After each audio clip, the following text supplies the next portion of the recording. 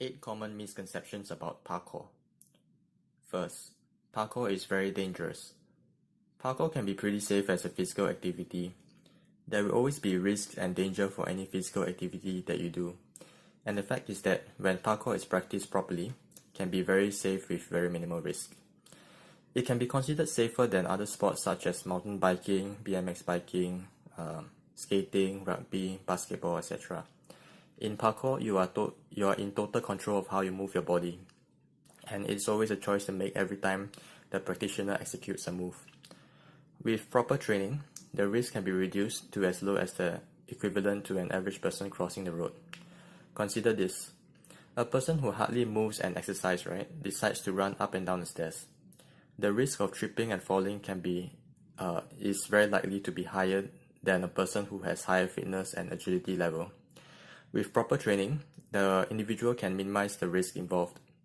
Furthermore, parkour is a healthy, stimulating activity that will make you stronger, fitter, more agile, and better person who is physically capable of moving. So think about it.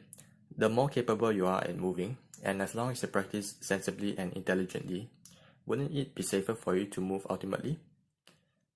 Second, parkour is pointless. Okay, apart from the fact that doing parkour may be mostly pointless for some people only due to the fact that they may never use it in their entire life to suit any of their life's purpose, I'm going to talk more about why parkour isn't completely pointless for anyone. Why? It's because if you take a look at the definition of parkour, it means it's an activity to run from point A to B while overcoming obstacles in the way. So parkour involves movements like climbing, jumping, balancing, crawling, vaulting, swinging, etc. All these movements are essentially the roots of human movements from the beginning of humanity. So to say that parkour is completely pointless, it's like saying that our human body's natural ability to run, climb, jump, swing are completely useless. They are definitely not. Our bodies are naturally made to move. Our natural human abilities are not completely pointless.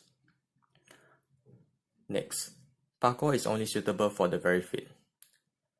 There are no requirements for parkour.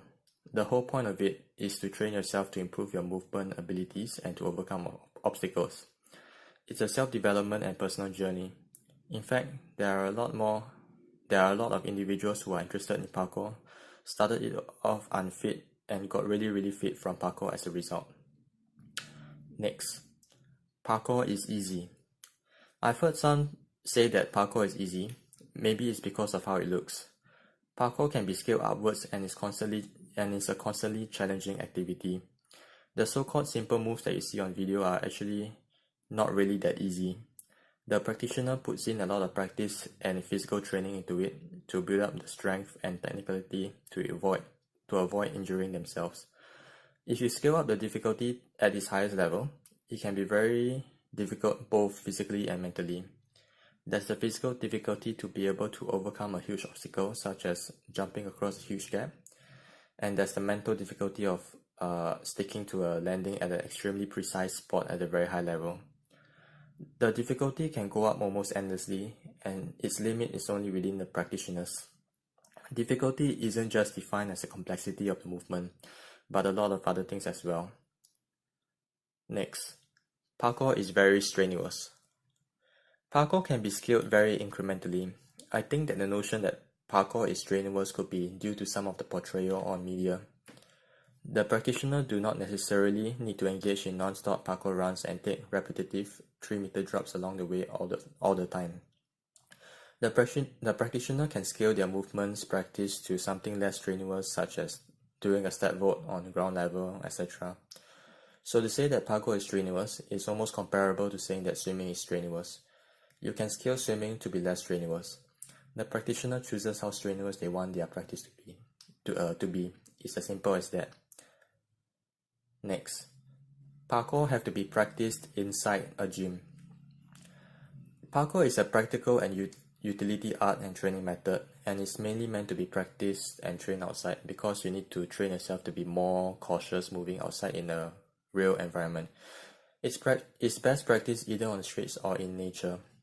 When you train outside, you are forced to be extra careful with your movements, and this will help train you far more effectively.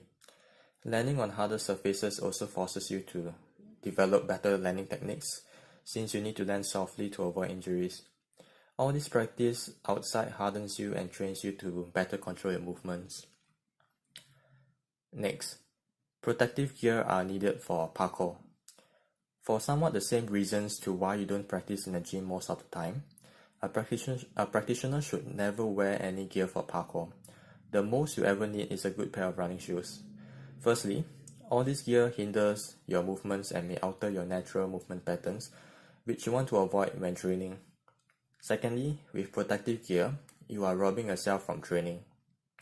Training is meant to be done bare. The whole point is to strengthen your body along with improving your ability to move with good control.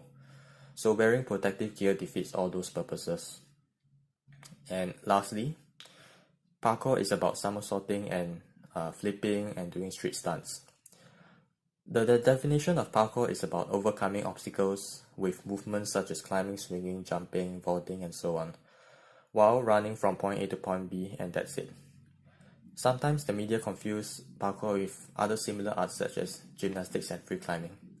Sure, you see some videos with parkour and other somersault flips, stunts and all that, but those videos tend to showcase a mix of a variety of different things, mostly for aesthetic viewing pleasure.